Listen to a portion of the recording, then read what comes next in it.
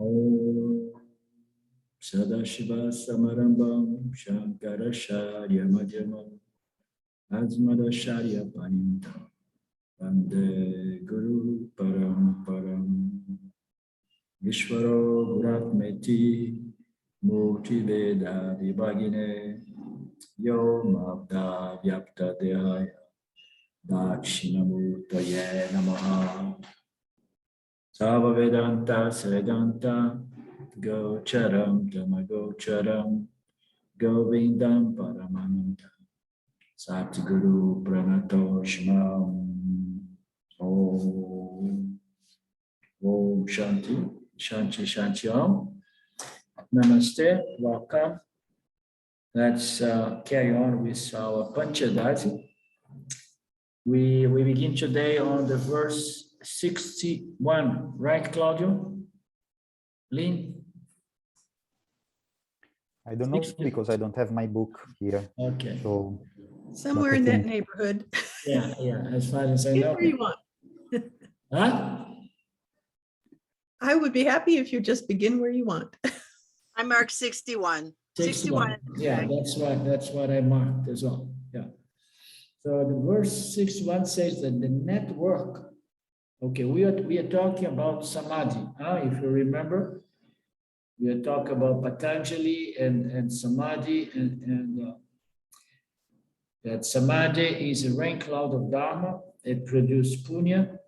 Yeah, but then later on, it also says that in the verse that we just begin, that even punya is destroyed by samadhi, eventually.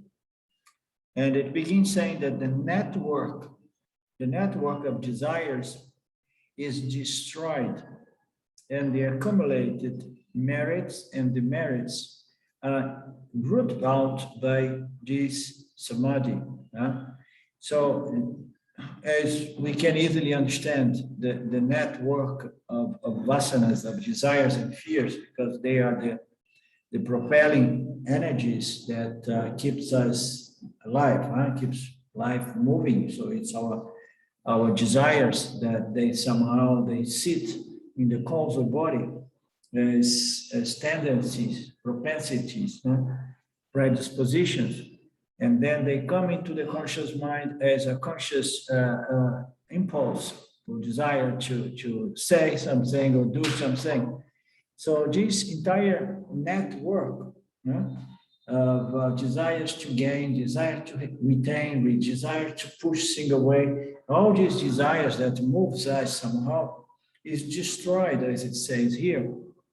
And all the accumulated punya and papa, merits and demerits, they are destroyed, they are rooted out in this samadhi.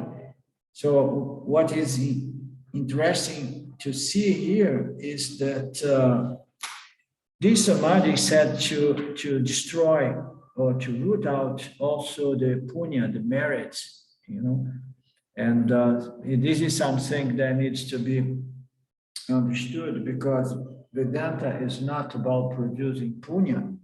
Vedanta is not about doing certain things to reap later on a lot of punya karma, although we know that punya is much better than papa, but the ultimate goal of Vedanta is for us to transcend doing things to get to the results of things, even when the results are good results. Why? Because we want freedom, and freedom is only possible when we no longer depend on doing things to get certain desires.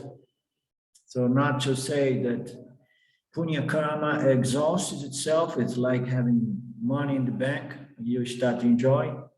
The moment that you stop working, and then you start spending, and then the money starts going down, right? Likewise, so we don't want to depend on punya, because punya is spent, it's exhausted.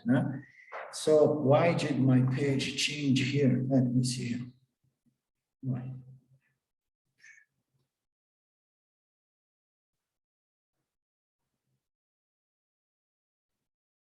But I'm reading the.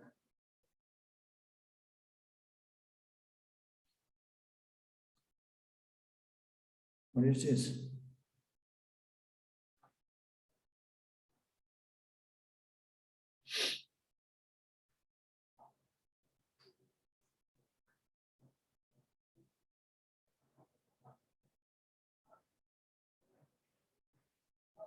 Oh, strange.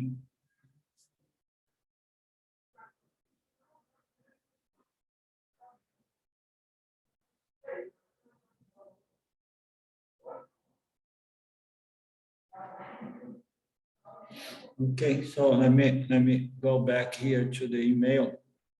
I don't understand why it disappeared here.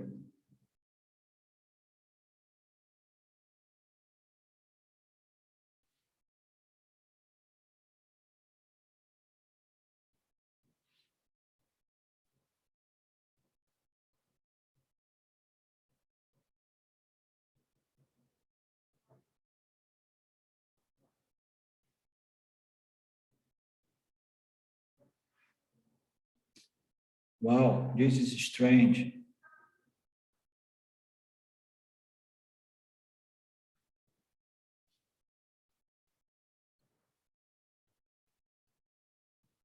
Let me try to open it. It's a different.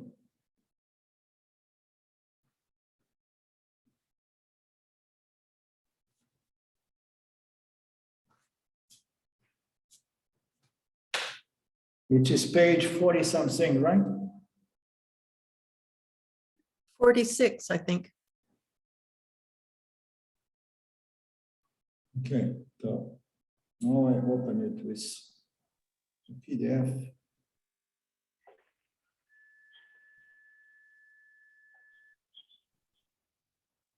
It's Mercury retrograde.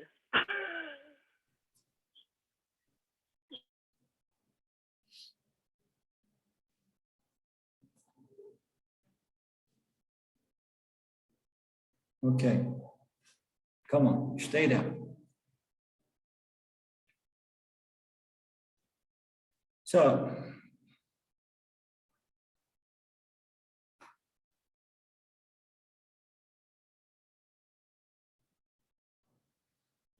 the network of desires is destroyed. So we were saying that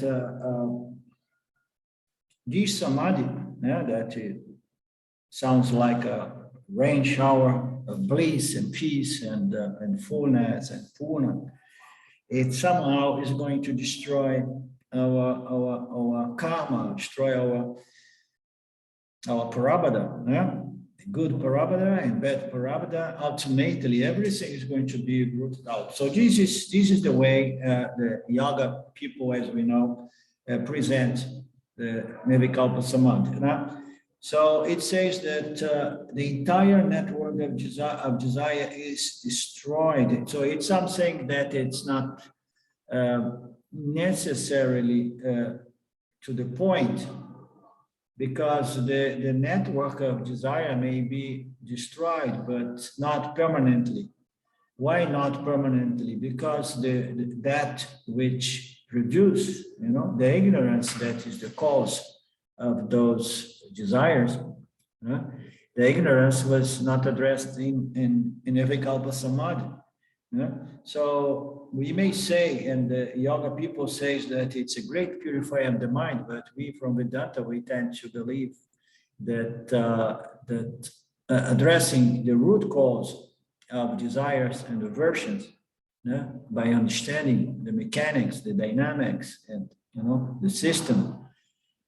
So is a better way of eradicating or rooting out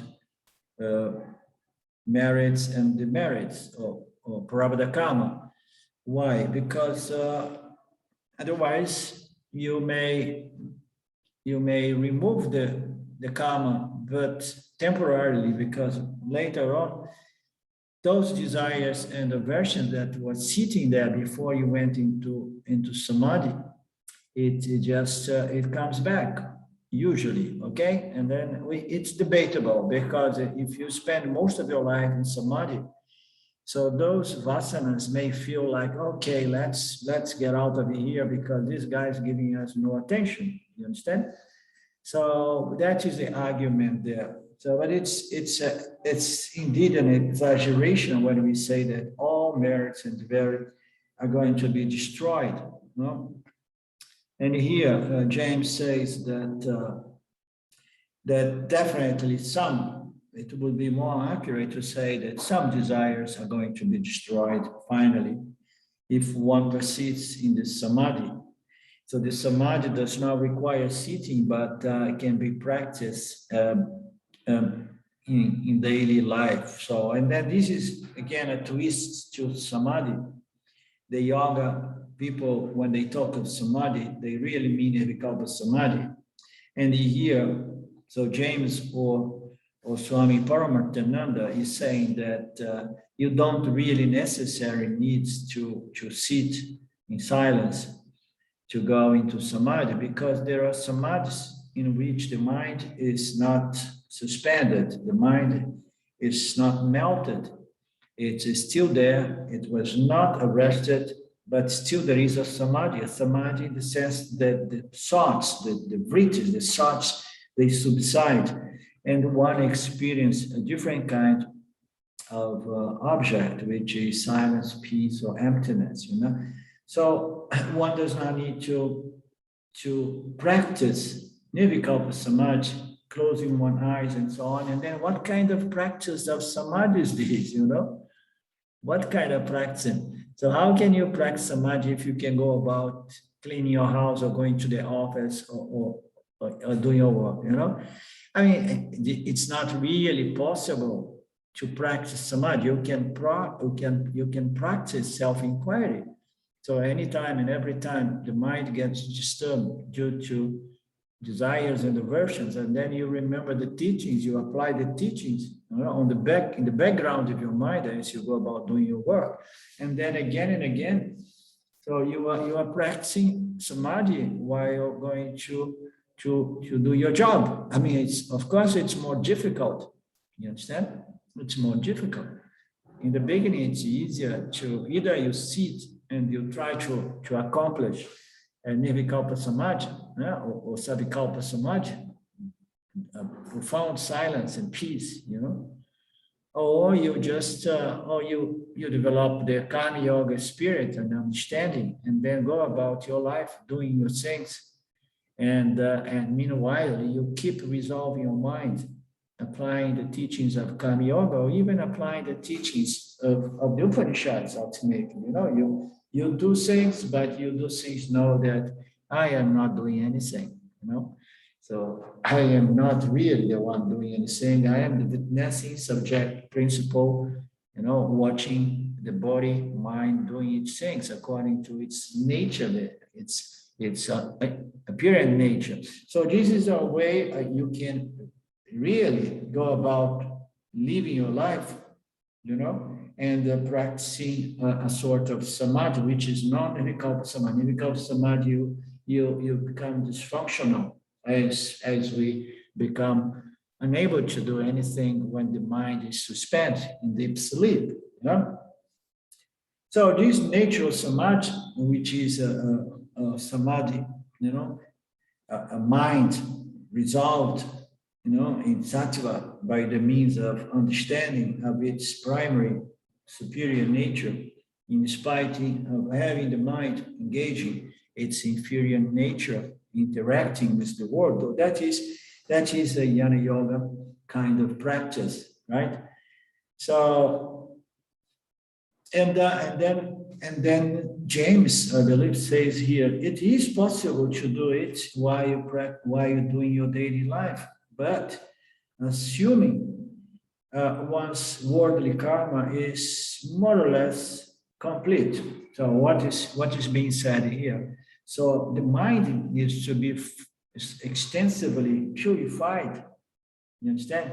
So that one is not subject to mental disturbance as one is doing things, interacting with the world and dealing with adversities, you understand? So if your karma is not really resolved extensively, and if the purity of the mind and understanding is not really there, and what happens to the mind as we engage in the world?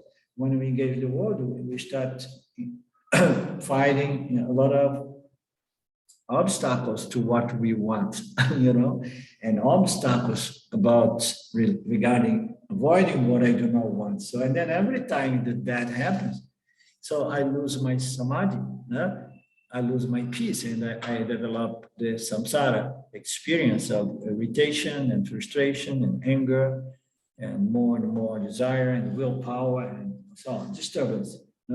So one can do samadhi while living one's life, but assuming one's worldly karma is more or less complete, and the remaining karma is done with the karma yoga attitude, So it means to say my ignorance was mostly, taken away, and I don't need to sit in my meditation room. I go about doing my job, and then most of that kind of prarabdha karma, those results of actions that I am identified as my karma, what I want, what I don't want. So if most of that was cleared out, and then one takes things kind of as prasad, with the spirit of karma yoga. And by doing so, we avoid the mind to get all excited about trying to control one's experience, which cannot be controlled, as we know. So assuming that one's worldly karma is properly processed, when one has processed karma and one has understood the mechanics of cause and effect, actions and results, and then whatsoever prarabdha karma which is there is taken and done with a certain attitude which does not upset my state of samadhi. State of samadhi is mind resolved so that its discriminating faculty is available, not only to allow us to discriminate satya from mithya, my primary nature, my fundamental superior nature from my doer nature, but also by, so I need this good, this quality discrimination to interact intelligently with the field by offering good response to the stimulus that comes to us. So this all could be said.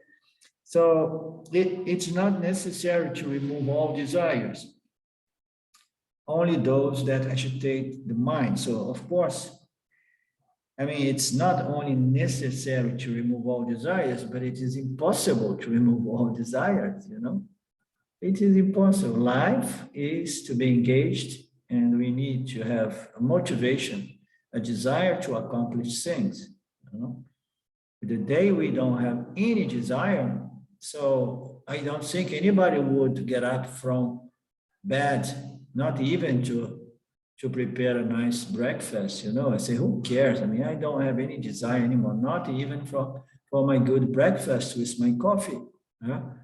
So no, the desires are there. The problem with desires. Yes, Lynn? I'm sorry, I was thinking of something else, but I did have a question. So when in that previous verse 55 to 58, it says samadhi is not a mystical experience, it's spontaneous and total absorption in the object. So would it be a correct understanding that in fact nididhyasana is a form of samadhi, standing as awareness?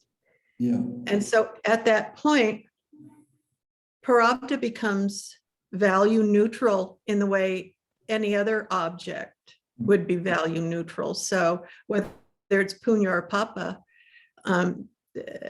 you don't care, you don't mind. Yeah. Yeah, and you do not mind for two reasons. One is that you understood the mithya system, that you cannot control. And second, we understood that what happens in Mithya does not affect my nature as Satya. That's where this equanimity or this value neutral can be put, can be placed on the whatsoever experience. Yes, Ruth? And I've said this before, and we kind of have argued about it, but Mithya and Satya are the same. I mean, there's the two-dimensional, and then there's the transcendental. So, ultimately, good, bad, it's all resolved in one truth or knowledge, correct? Yeah, it's all resolved in the ultimate truth, that it's all consciousness, as we know.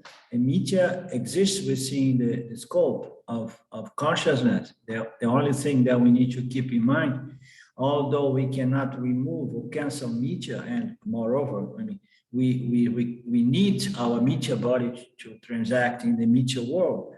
So all we need to be clear about is that this Mithya nature of mind is an appearance, and in my true nature is consciousness, is Satya. So I don't confuse one with the other. And furthermore, I just I choose to hold on to my superior primary nature, because every time that there is problem in Mithya, and then if I am holding on to my secondary nature as the jiva, and then I suffer.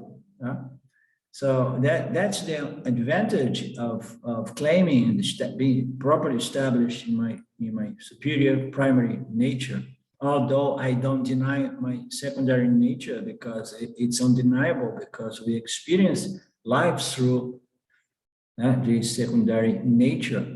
But it is something that in some of our texts is said to be almost as good as non-existent, because it is a superimposition on the screen of consciousness, or it is the water which is superimposed on the desert sand. So that kind of water cannot quench anybody's thirst, but yet we need to transact and do our things, because we enjoy the show, don't we?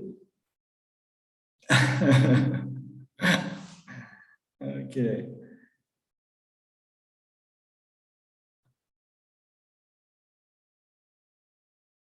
So it's not necessary to remove all desires. It's impossible to remove all desires.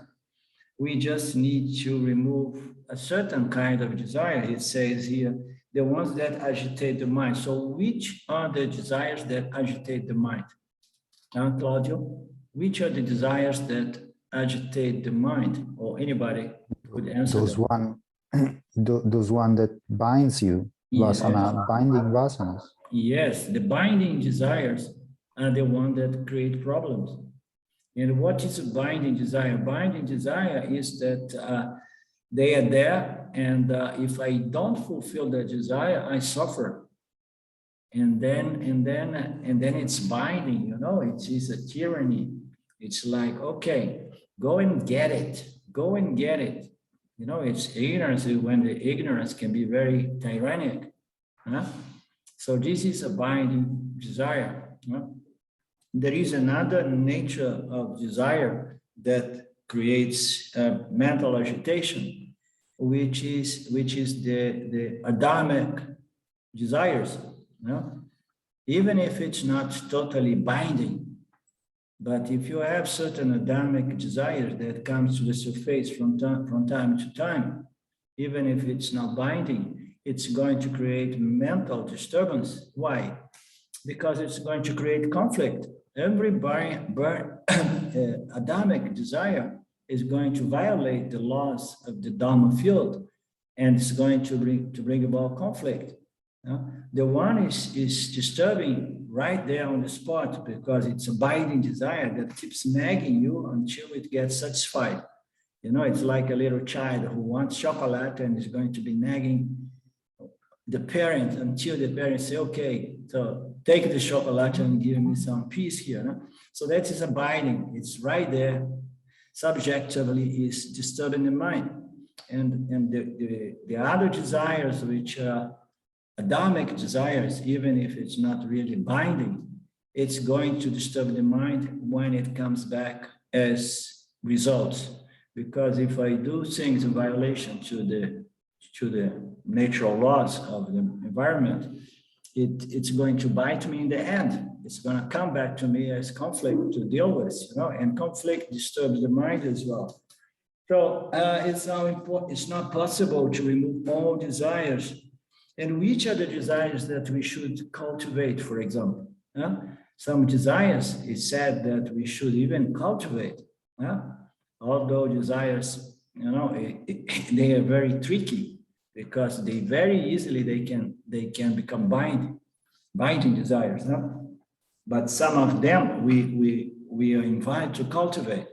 And the extreme example is a desire for self-knowledge and moksha. And you want to develop a binding desire for self-knowledge and moksha because, why it's going to become binding? Because it's not going to give you peace until you satisfy that desire and you get to understand who you are. You understand? You want to know the truth. And that's going to grow, grow, grow, grow. It does become a binding desire until it is satisfied.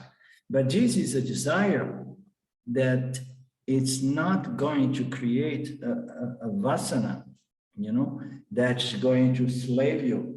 It's going to create a huge binding vasana, and that same vasana, it pops, and then you are free from that desire and from most other desires. It is the desire that takes you to your nature, which is absolutely okay without any object of desire. It's full, whole, and complete. Therefore, it does not desire anything. So we need to have a big desire, bind desire for that, because that is going to destroy the need for desires, for other desires, the small desires.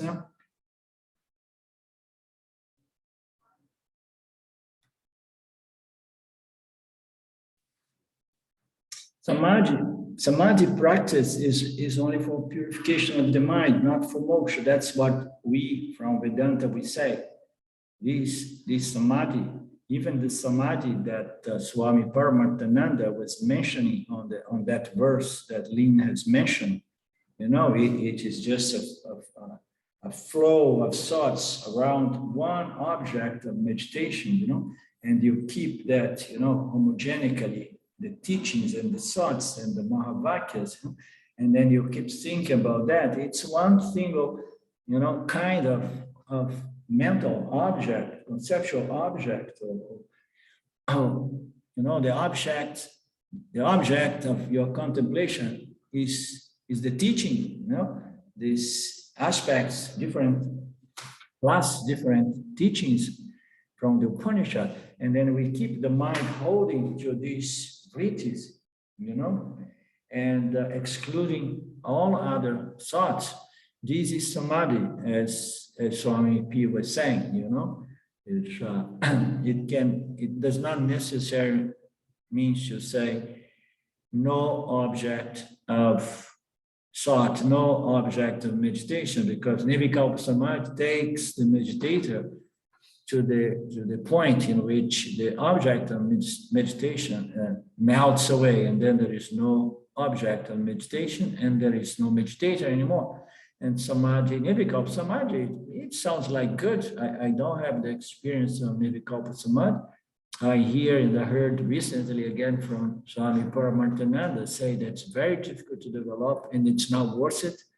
But anyone who has an investment, so go for it. It may take a few lifetimes, and not necessarily it's going to free you, because it's going to allow you to develop that power to self-induce that state, And we know samadhi is a state, and self-knowledge is not a state. Self-knowledge is not the fourth state. Self-knowledge is knowledge, as we know.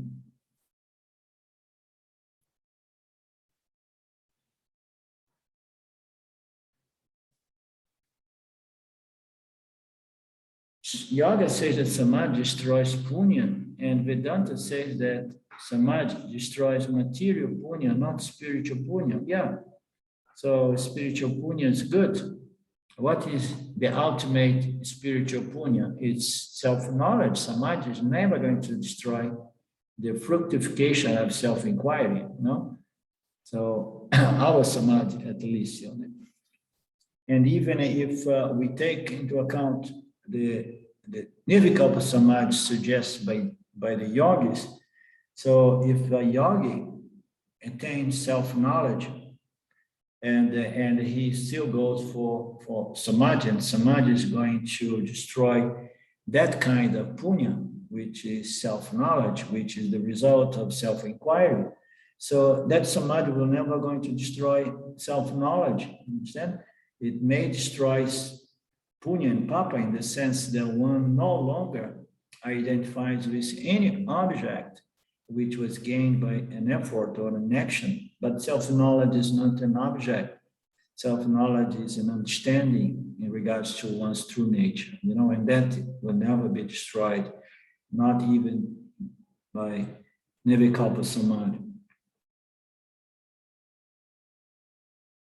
That's why the verse says that it's helpful. Samadhi is helpful for self-knowledge. Yoga says samadhi destroys the root of punya and papa, merit and demerits. Its root is 5 impurities. So the impurities of the mind is what brings about results of actions, good results and bad results, you know. Doshas, ignorance, avidya, impurities, doshas, ignorance, avidya, ego, amhita, and likes and dislikes, raga, dvesha. And particularly clinging to life, which is another impurity, attachment to object. Vedanta does not agree, but encourage. So yoga is saying that if you practice samadhi, you're going to destroy ignorance, you're going to destroy the ego, all your likes and dislikes are going to be destroyed, and all your attachments are going to be destroyed. Vedanta does not necessarily agree with it, although it does make a concession to deep meditation or even samadhi, okay? But one must know, if one pursues samadhi within the context of Vedanta, one does so knowing that samadhi is a good purifier, but samadhi does not bring about self-knowledge. Self-knowledge requires a sharp and alert intellect and process of inquiry, which is not possible in nirvikalpa samadhi because the intellect is suspended,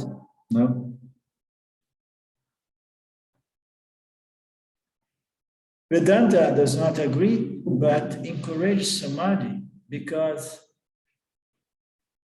it helps the inquirer to develop certain qualifications. It is very tricky, samadhi. And a lot of people get stuck in samadhi. The following verse is 62.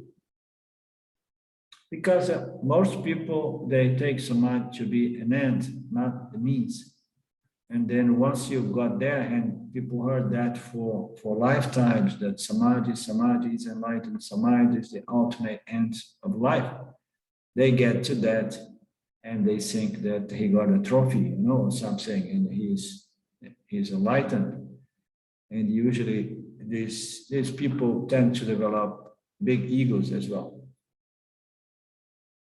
The following verse says that then the great statement, you are that, frees one of all doubts.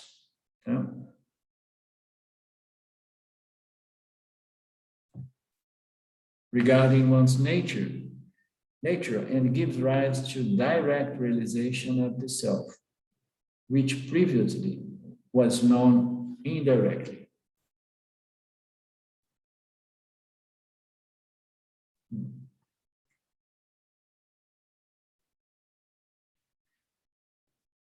So you are that. So at the end, one expects that even in samadhi, this inquiry may come spontaneously, intuitively, and one asks, who am I, like Ramanajit, instead? So he's in state of samadhi. One asks, who am I? Eventually, the great statement, you are that consciousness, will free one of all doubts about one's nature, and gives rise to direct realization of the self, which previously was known indirect. This is, again, it's a very, very trick statement around the subject of samadhi, because in most cases, people never comes to the point of activate the intellect to inquire, who am I, when they experience great peace and bliss of silence and emptiness in samadhi. So what comes to people's mind usually is, who cares to disturb my mind now that I'm experiencing great bliss? You understand? So that is the subconscious logic. So why to disturb my intellect now to start inquiring on the nature of the self, if I am experiencing something that I always heard that this is the self, because the self is peace, is emptiness, and so on. So one has to develop a certain maturity by getting really tired of that sort of experience, and how one is going to suspect that experience is not the real thing. They are only going to suspect by coming out of that experience and again experience a sense of limitless. He's going to experience, I'm still feeling limited now that I came out of that state. So samadhi is a state, it's freedom, but it's temporary freedom. And then the person is going to come to a point and say, oh, but I heard that there is something such as permanent freedom, and which is not a state, which is self-knowledge, not a self-experience. You understand? Although we know self cannot be experienced, as anything in particular. Okay. So what happens is that in most of the case, people are not going to bother to inquire when they are in that state, unless, as I said, they slowly develop the understanding that they experience great freedom, but it's not permanent freedom because they feel limited when the state comes. So, as I say, they remain in duality, in knowing the self indirectly, and that's why it says in this verse. So this samadhi will give rise naturally and intuitively to direct self-knowledge, which previously was indirect. So indirect is, I know that there is a self, and I have the impression that I contact the self and I experience the self indirectly, meaning to say I'm not experiencing the self as my own self. I am experiencing myself as a very nice experience, okay? And that is the misunderstanding.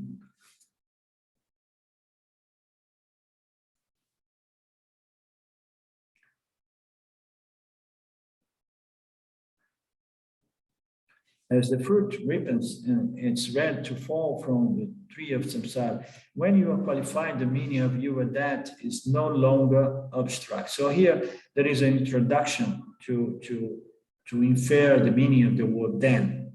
So then could be once the one has developed the qualification, okay?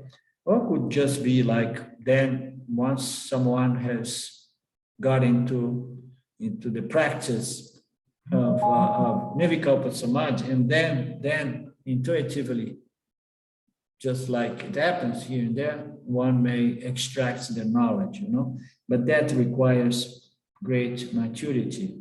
to activate the intellect from within that state. So, and then if the person is mature, the meaning of you are that consciousness is no longer abstract, and the self is therefore directly experienced, known as your own very self. It's mean you, I are free, because the self is limitless by nature. Paramarthananda says that freedom is not freedom from problems in samsara. It's freedom in spite of the problems of samsara. Yeah? So this is a very, very important if we want to be free from the problems of life.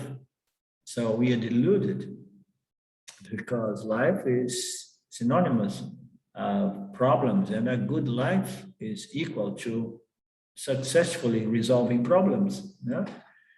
So the question is, I want to be free from identification with the doer, yeah?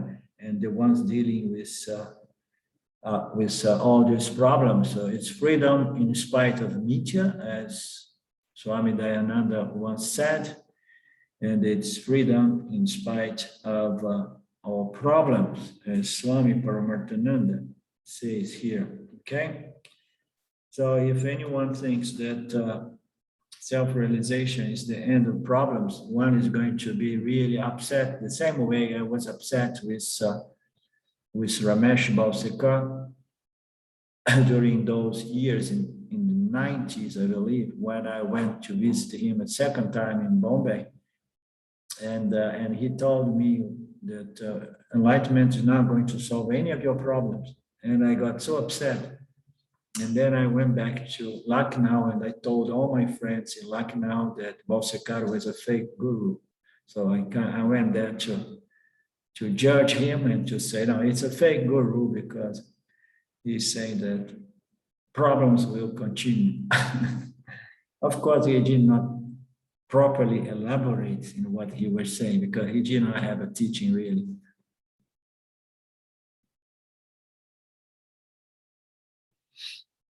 The verse 63, the knowledge of awareness obtained indirectly from the guru that teaches the meaning of you are that renders the vasanas in play before the attainment of self-knowledge non-binding. So we are talking about converging binding vasana that disturbs the mind into non-binding. So the yogis were saying before, I mean, the Swamiji here, the Swami who wrote, Swami Vidyaranya, he was making a nice attribute and concession to yoga, and was saying that yoga is going to purify the mind and clear the mind of all vasanas or desires that are binding, that disturb the mind. Yeah? And now it says that ultimately, after you do yoga, samadhi, and so on, you develop qualifications, and then you come eventually to a point, that you may understand that you are that limitless consciousness.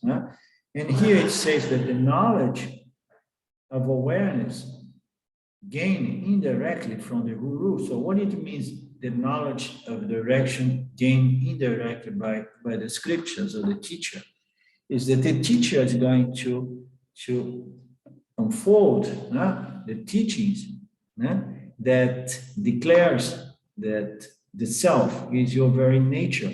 But although the teachings of Vedanta are direct teachings, because it says you are that consciousness, you are that, you are that.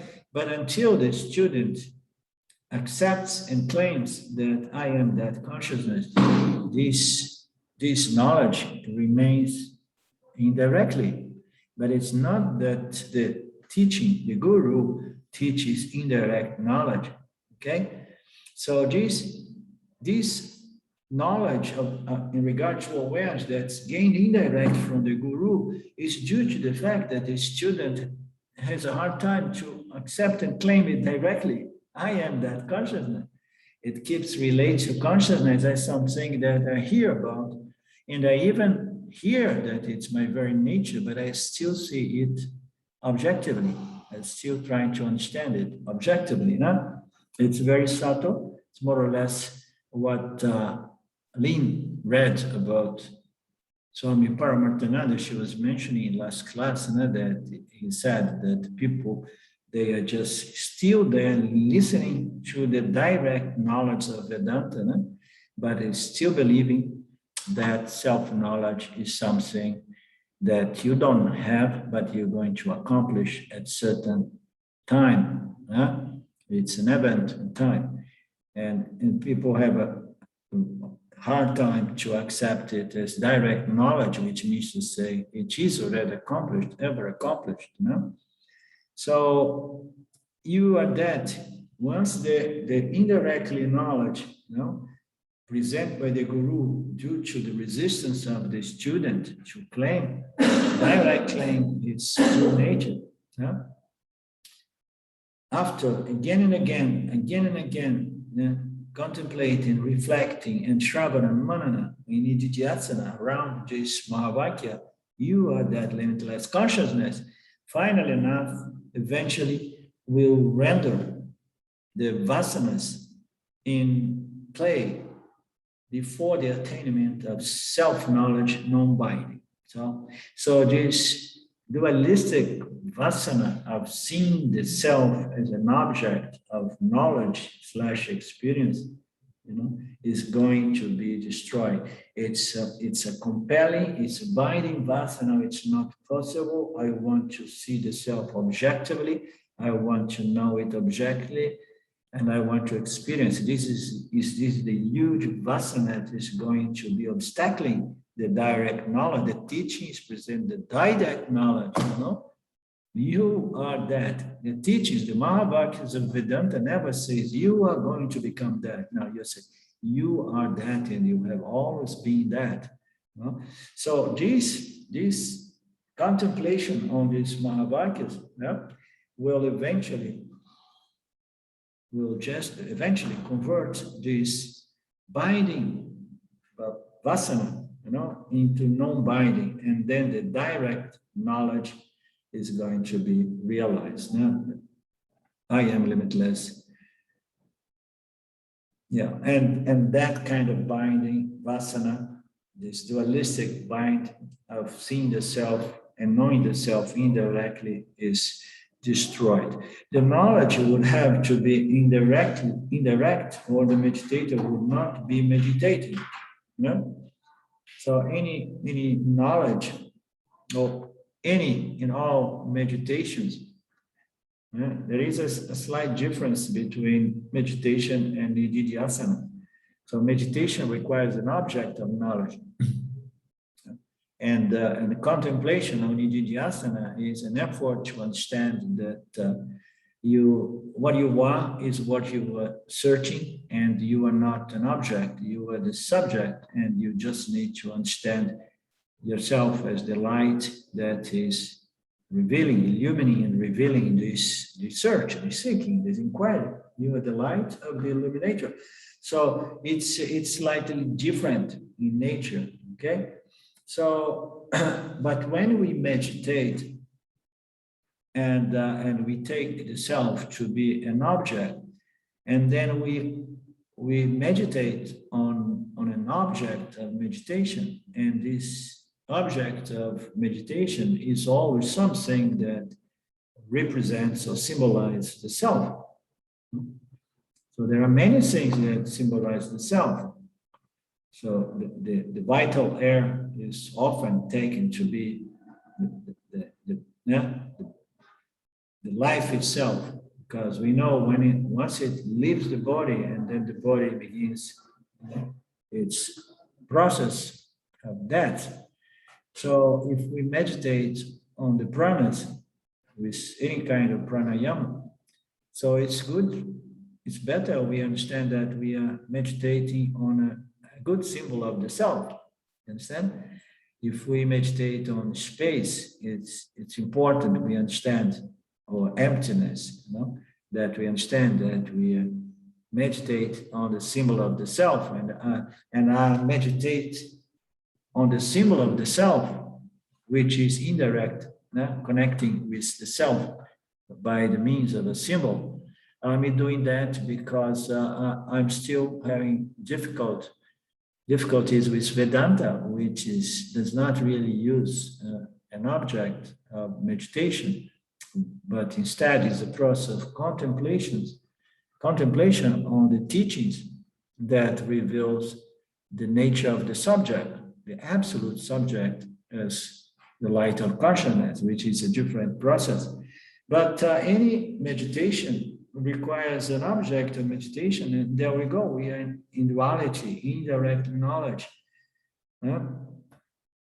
If the knowledge was direct, the meditator would know he was the self, and there would be no need to meditate for moksha. So you don't need to meditate, and you don't need either to contemplate, but there is a slight difference between meditate on an object and contemplate following the logic as presented by the teachings. Okay, I hope you understood that. That is the difference between meditation and nididhyasana. However,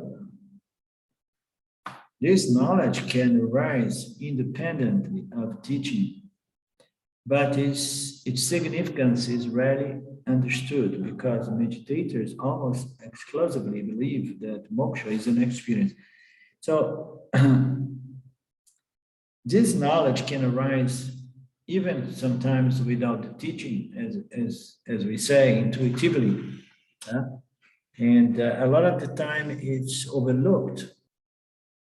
Why it's going to be overlooked? We just say, oh, no, it cannot be that.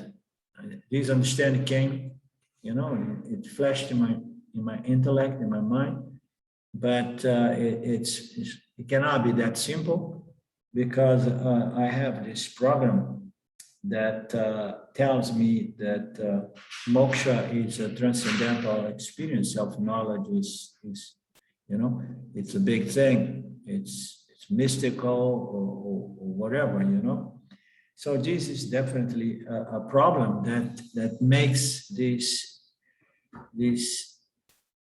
insights that happens in the lives of many of us, makes them overlooked or neglected because the individual does not have the knowledge, the body of knowledge to recognize the preciousness of that click of understanding.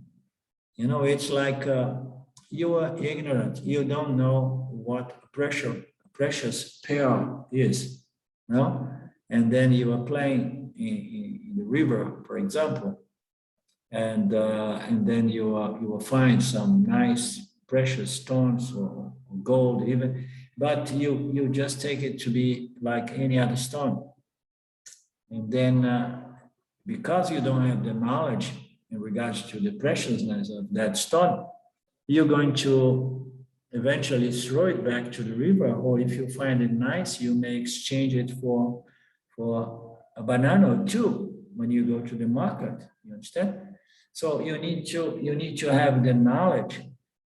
You need to have a base on which you can measure self-knowledge. And if the base you have is a transcendental experience with a lot of firework and mystical epiphanies, and then you are being misled. So that's why moksha, self-knowledge, is often, or rarely, as it says, understood, because meditators almost exclusively believe that self-knowledge in moksha is a state or an experience. The meaning of you are that is I am, limitless, non-dual, ordinary, actionless, unconcerned consciousness. It's also possible and easier, assuming certain qualifications, to get direct knowledge through Shravana alone. So we need to be qualified. Then even if we have the qualifications like a good mind and if we have a good dispassion, and we got our qualifications mostly by following Dharma and or, by doing samadhi yoga or deep meditation. Even if we have some good qualifications there, we may throw away the pearl if we don't have the body of knowledge as presented by the Upanishads, by which we can really evaluate, those moments of self-realization. I often say that I have had glimpses of self-realization several times in my life, even around Osho Rajneesh, and I always neglect those moments. So to sit with Osho Rajneesh in those days, there was not much of a teaching, but somehow the mind would, depending on the circumstance here and there, become so sattvic that I would walk away from the Buddha hall, as we used to call it. And then I used to see this consciousness shining, and this clarity, this beautiful peace of consciousness, And I had the impression, so I am this, I am this, I am this, I am this. But I couldn't really understand what that this was, We tend to say, yes, I am this. And then that this becomes that mental state. And as we know, every mental state is subject to change. So no, I am this consciousness that shines so clearly when my mind is sattvic. If I would have had this knowledge before, I could have understood my nature earlier in my life.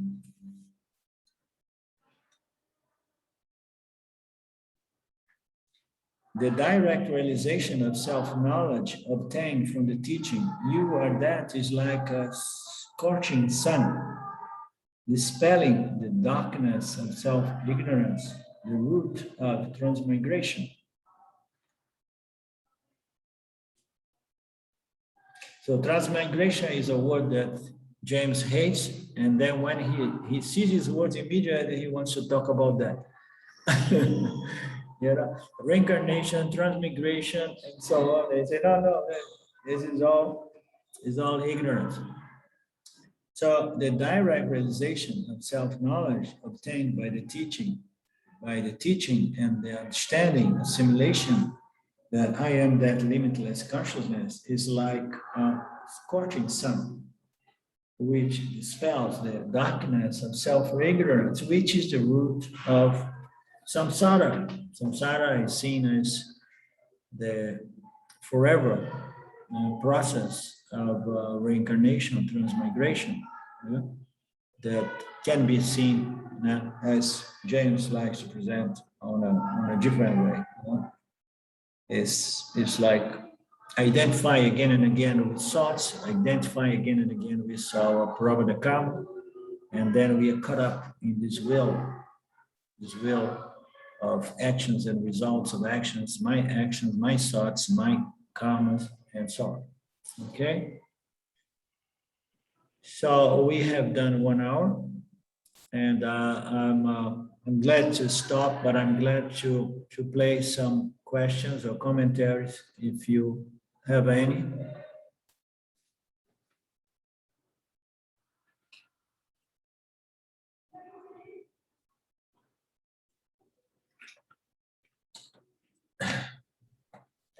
My commentary on this, I think it's just it's an amazing statement from Paramathananda that what freedom is, and freedom is in spite of samsara.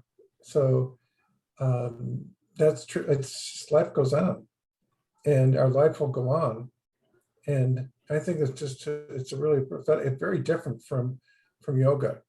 My understanding of yoga, and so this is in direct contradiction to what what I feel like most of the world is doing with pursuing yoga, and because they're trying to have the mystical experience of samadhi to achieve moksha, and this is this is very challenging.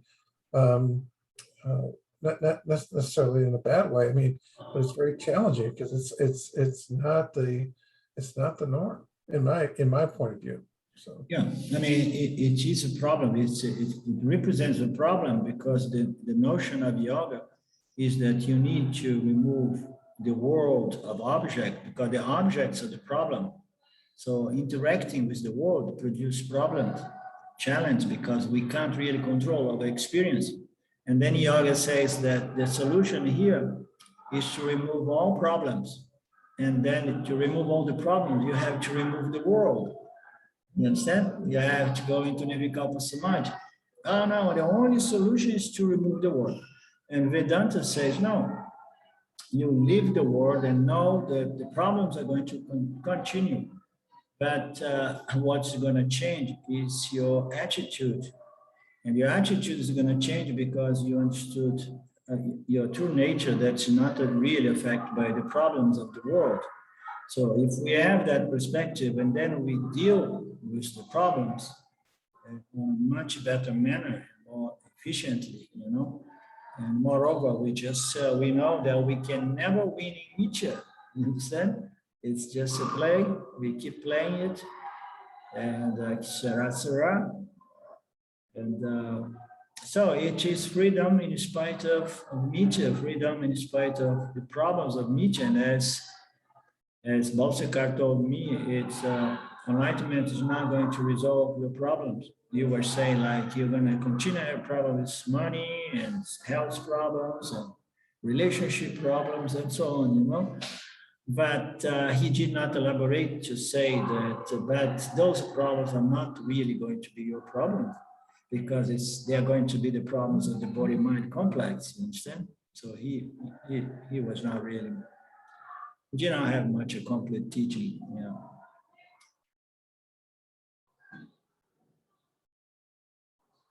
I'm here on a club. That's why there is some noise here.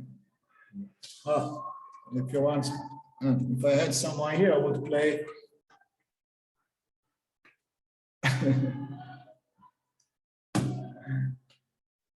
Okay, I'm heading home tomorrow morning, and on Friday, if any one of you is up to, I'm going to open our class at earlier for our Q&A / the big picture, okay? So in 2 days, I will be available the same time, which is a different time from now, to do the big picture if there is enough people showing up, okay?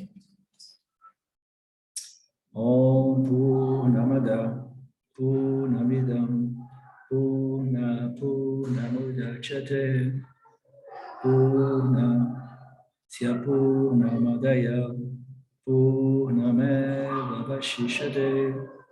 Om Shanti Shanti Shanti. Thank you, Lord. Thank you, my friends. See you soon again. Ishwara willing.